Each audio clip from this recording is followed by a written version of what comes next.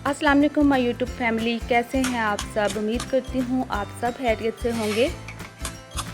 Friends, life को easy बनाना किसे अच्छा नहीं लगता। हर कोई चाहता है कि लाइफ इजी हो जाए और उसकी ज़िंदगी में सारे काम जो है ना वो जल्दी जल्दी से हो जाएं।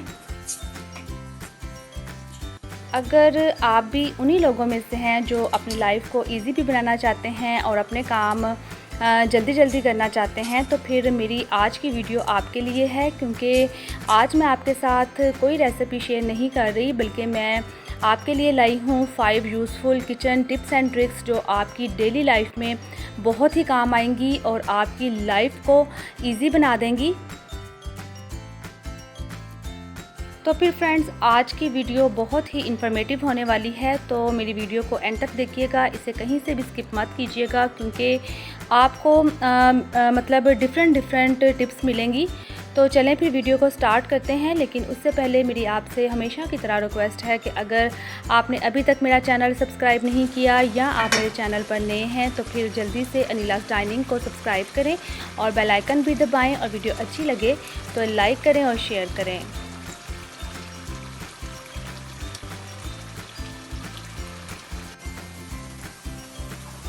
बिस्मिल्लाहिर्रहमानिर्रहीम।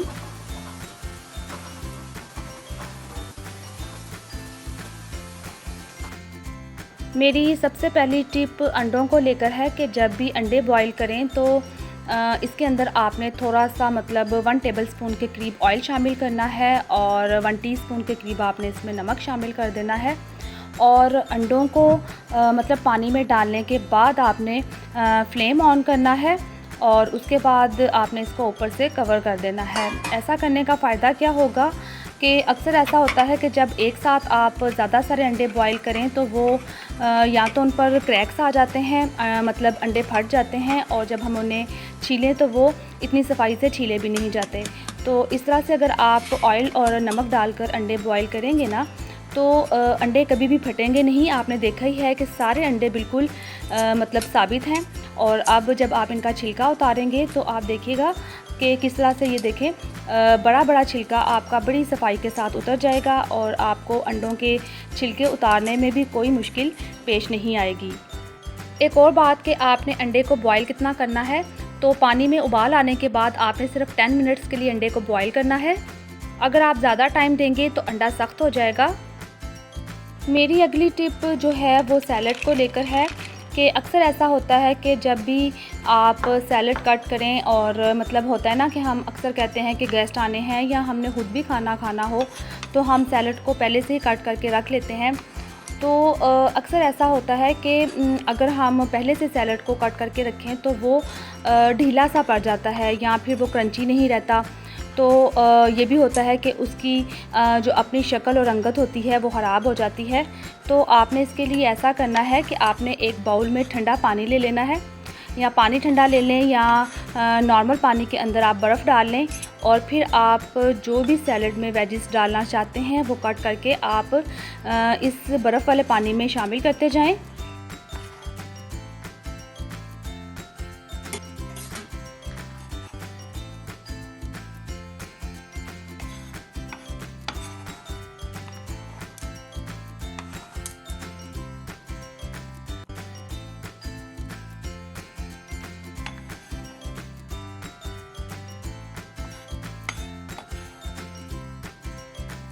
बस फिर आप देखिएगा कि सैलड इतना ज़बरदस्त बनेगा कि जब भी आप इसको निकालेंगे ना खाने के लिए, या मतलब गेस्ट आए हैं तो आप सर्व करने लगे हैं, तो सैलड जो है बिल्कुल भी मुरझाया नहीं होगा, बिल्कुल फ़्रेश लगेगा, क्रंची लगेगा, और ऐसे लगेगा कि जैसे आपने अभी वेजिस कट की हैं। तो ये देखें, इस तरह से बर्फ़ वाले पानी में आपने वेजिस कट करके इसको इसी तरह से फ्रिज में रख देना है, और फिर जब भी आपको इसकी ज़रूरत हो तो आप ये बर्फ़ वाला पानी निकाल दें, और फिर आप देखिएगा कि सैलड बहुत ही क्रंची बनेगा। फ्रिज में रखने से पहले इसको रैपिंग पेपर से रैप कर लीजिएगा। ये देखें कितनी फ़्रेश वेजिस लग रही हैं। तो अगर आपने उसी वक्त भी अगर इसको यूज़ करना है ना, तो भी आप पहले कट करके इसको बर्फ़ वाले पानी में डालते जाएं, और उसके बाद आपने जब इसको खाना है तो आप वो पानी निकाल दें। टिप नंबर 3 में मैं आप लोगों को बताऊंगी कि किस तरह से आप चप्पल कबाब या कोई भी मतलब आप कीमे की टिक्कियाँ बनाना चाहते हैं तो उसको शेप किस तरह से दे सकते हैं कि वो बड़े साइज़ की बने और बहुत सफाई से बने। टिक्कियों के लिए जब आपने कीमे का मटेरियल तैयार कर लेना है ना, तो फिर आपने पहले तो एक सॉसर ले लेनी है और उसको आपने ऑयल से ग्रीस कर लेना है। फिर कीमे का एक बड़ा सा बॉल बनाकर आपने इस सॉसर में रख देना है और साथ ही आपने इसको हथेली से प्रेस कर देना है और फिर जितना भी बड़ा साइज़ आप इसका करना चाहते हैं वो आपने कर लेना है। फिंगर से आप इसको थोड़ा मतलब सेट कर सकते हैं, जितना बड़ा करना चाहे कर सकते हैं। और फिर इसके किनारों को भी आपने फिंगर से ही नीट कर लेना है। और जैसे कि अगर आप चपली कबाब बना रहे हैं तो फिर आपने एक टमाटर रखकर इसको उल्टा लेना है और ये देखें कि कितना ज़बरदस्त हमारा चपली कबाब बना है और कितनी सफाई से बना है। प्लेट से उठाने के बाद एक दफ़ा आप इसको फिर से नीट कर लें और अब ये चप्पल कबाब हमारा तैयार है। तो अगर आप इसको फ्रीज़ करना चाहते हैं तो फिर आपने इस तरह से कोई भी पॉलीथीन शीट, कोई बटर पेपर या कोई भी अगर आपके घर में कोई शॉपर वगैरह है उसको कट करके उसको आपने ऑयल से ग्रीस करना है और उसके ऊपर आपने ये कबाब रखना है और एक और शीट आपने इसी तरह ग्रीस करके इसके ऊपर रख देनी है और ये हमारा कबाब जो है ना वो फ्रीज़ करने के लिए तैयार है। आप इसे ज़िप लॉक बैग में डाल सकते हैं और जितने भी कबाब आपने बनाने हैं ना तो आप इसके ऊपर इसी तरह से तह लगाते जाएं। मतलब बीच में आपने इस शीट की एक लेयर ज़रूर लगानी है और ग्रीस करते जाना है शीट्स को और बीच में आपने कबाब रखते जाना है और फिर आप इसको ज़िप लॉक बैग में डालकर फ्रीज़ कर सकते हैं। और अगर आप स्टोर नहीं करना चाहते, उसी वक्त बनाना चाहते हैं तो इसी तरह से सॉसर की हेल्प से आप इसको शेप दें और उसी टाइम आप इसको फ्राई कर लें। चप्पल कबाब के अलावा अगर आप सिंपल टिक्कियाँ भी बना रहे हैं तो वो भी आप इसी तरह से बना सकते हैं।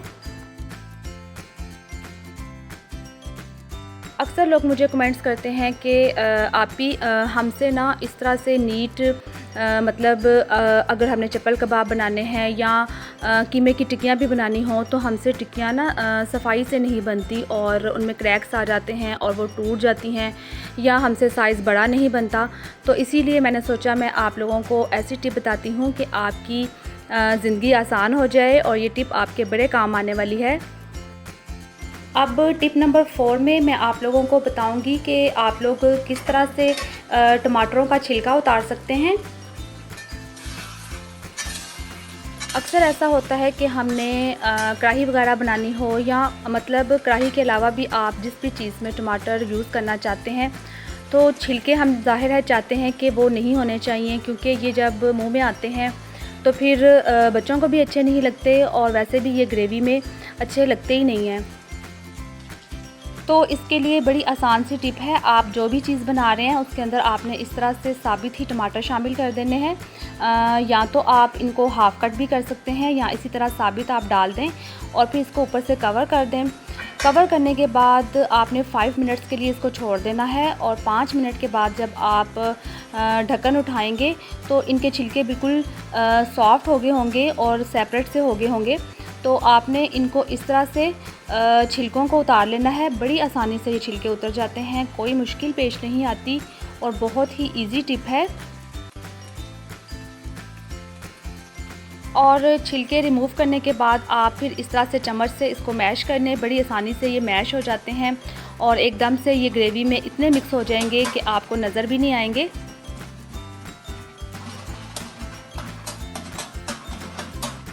तो हो गया ना काम आसान। तो फ्रेंड्स इसी तरह से आप टोमेटो प्यूरी या टोमेटो पेस्ट अगर तैयार करके रखना चाहते हैं तो वो भी कर सकते हैं। उसके लिए आपने एक बर्तन में मतलब फ्लेम ऑन करके टमाटर जितने भी आपने पेस्ट बनानी है वो टमाटर और थोड़ा सा पानी डालकर आपने इसको ऊपर से कवर कर देना है और 7-8 मिनट के बाद जब आप ढक्कन उठाएंगे तो उसके छिलके नरम हो गए होंगे। आप छिलके रिमूव कर दें और बस फिर आपकी जो है ना टोमेटो प्यूरी तैयार हो जाएगी। आप उनको मिक्स कर लें और इस तरह से आप अपना काम आसान कर सकते हैं।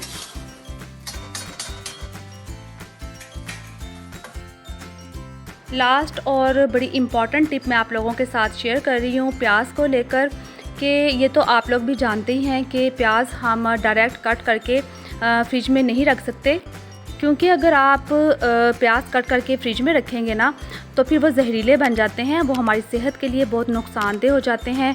तो ऐसा आपने बिल्कुल भी नहीं करना होता। ये शायद आप लोगों को पता भी हो, और अगर नहीं भी पता तो मैं आपको बताती चलूँ। कभी भी आप कोई सालन, कोई मतलब सैलड बना रहे हैं, प्याज बच गया है तो आपने उसको डायरेक्ट फ्रिज में नहीं रखना, वरना वो आपको बीमार कर सकता है। अब अगर फ्रेंड्स आप लोग प्याज स्टोर करना चाहते हैं, क्योंकि अगर प्याज हम स्टोर करके रख लें तो हमारा काम बड़ा आसान हो सकता है, क्योंकि हर दूसरी रेसिपी में प्याज यूज़ होता है। तो ये काम अगर हो जाए तो हमारा कुकिंग का काम जो है ना बड़ा आसान हो सकता है। तो अगर आप प्याज स्टोर करना चाहते हैं तो उसके लिए आपने सारे प्याज जितने भी आप स्टोर करना चाहते हैं उनको आपने बारीक कट कर लेना है, और उसके बाद आपने उसको ऑयल के अंदर डीप फ्राई करना है। फ्राई करते वक्त आपने फ्लेम मीडियम रखना है, और मीडियम फ्लेम पर आपने इनको फ्राई करना है। सारे प्याज जब इस तरह से गोल्डन कलर के हो जाएंगे, लाइट गोल्डन कलर के, तो आपने इनको बाहर निकाल लेना है। उसके बाद आप इसे ठंडा कर लें। ठंडा होने के बाद ये क्रिस्पी भी हो जाते हैं, और फिर आप इनको स्टोर कर सकते हैं।